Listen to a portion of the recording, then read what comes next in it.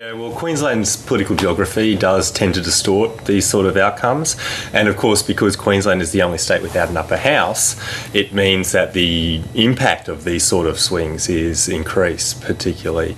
And so the balancing effect that you might see from a more proportional representative upper chamber, like you would have in New South Wales or Victoria, is not going to appear in Queensland. And so the devastation that the Queensland Labor Party has, particularly with regards to being able to mount an effective opposition, is going to be particularly problematic for them, particularly because in the short term there's going to be a lot of shell shock, and they've lost a lot of very experienced members of Parliament as well as experienced ministers, and it's going to be very interesting to see how they manage to recover and mount an effective challenge to Campbell Newman, who is very untested, particularly as a parliamentary performer. I mean, one of the things is he's run very strongly on his executive management experience, and he's a man with great executive management experience, particularly in terms of his military background as a Duntroon graduate, but also his time as the Mayor of Brisbane. Brisbane's the largest municipality in Australia. It's bigger than the ACT.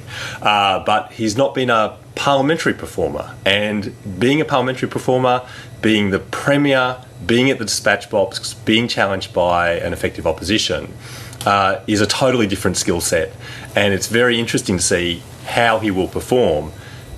With a weak opposition, though, he doesn't have that challenge particularly at the moment, and I think that's problematic for the operations of the Queensland Parliament. It's not a very effective Parliament to begin with because of its structure, and as we saw particularly under the bad days of the Dr Peter Chen government, when oppositions particularly were starved of resources. And you mentioned you're starved of resources. I mean, technically, Labor, if they don't win any more seats, will not be a party recognised in Parliament.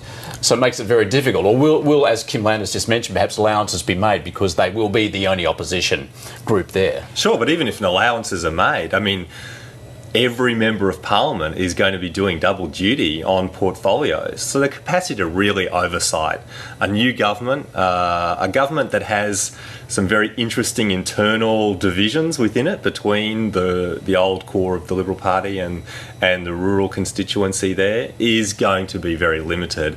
And I think it's going to be a very interesting time for Queensland. I think one of the interesting things we saw in this election actually is the role of the Courier Mail and how the Courier Mail went quite independent, particularly by getting off the buses.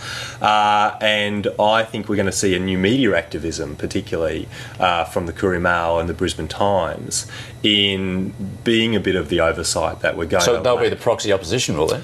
Well, I mean, the media often is the proxy opposition today, and that's certainly the case in other states.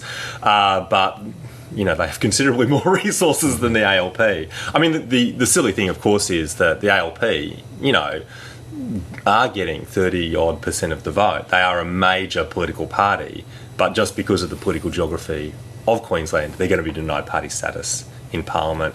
Campbell Newman will probably throw them additional resources, but there's only so many resources you can have when every member of Parliament is doing double duty in terms of oversight and scrutiny. It's going to be mad. Can I just ask as well, in terms of this result, I mean, we've seen last year in New South Wales a massive defeat for Labor, now an even bigger than expected defeat in Queensland. Are there implications more broadly for the federal situation? Yeah, well, clearly there are, and I think there are two implications. First, the implication comes out of the Rudd challenge previously. Anna Bligh, certainly in her private conversations, is going to be cursing that event. She had her chief strategist Hawker, up and leave in the middle of her election campaign to run another losing bid. She must have been particularly pleased at that. That talks about ructions within the ALP and also the commitment of some of these fly-in, fly-out consultants that the ALP have work for their campaigns. The other thing is, obviously, we're now starting to see the clean sweep of Labor, being swept out of office at the state level. We saw this prior to the change of government under the Howard administration. Of course, Howard had a lot longer in office than Labor has had at the federal level. If, as we anticipate, Labor is going to lose the next federal election, then possibly this will start to roll back to some degree.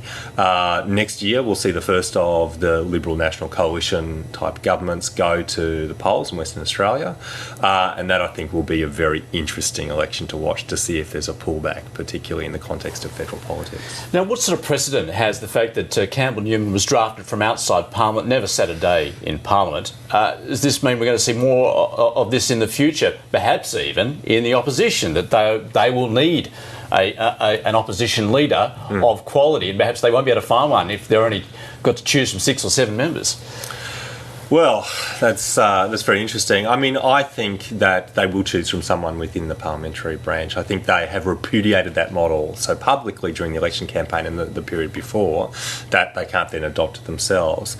In broad terms, I think it is a very interesting trend, and what it does say is for Queensland and the LNP, following the relatively surprise defeat at the 2009 election, just how pragmatic they were willing to be. I mean, the LNP theoretically is dominated by the old National Party. They were willing to choose a small L Liberal with very progressive views on social policy to run their party, totally untried in terms of parliamentary experience from outside of Parliament. There are a lot of very pragmatic decisions that were made there. Yes, the LNP needed Brisbane to win the state, so it was a wise decision. But parties internally don't necessarily make wise decisions when theoretically they have a tradition of being run by their parliamentary branch. So this is very, very interesting territory. I think it does mean that there is a weakening of the parliamentary party system in Australia. And it's interesting here, the LNP are going to talk about how great this is. You spin it a different way, this is faceless men type politics. And I think we have to realise that politics is becoming a much more complex and professionalised game. But even in the ALP's rump left in Queensland, a lot of the members of Parliament are ex-staffers and, electorate officers, and, they are purely machine politicians too. And that's why, in a sense, the talent that's left on the front bench in Queensland is a bit limited.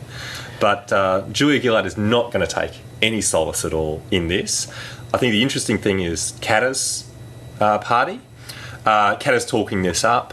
Certainly almost 12% is a good show, but it's 12% in Queensland.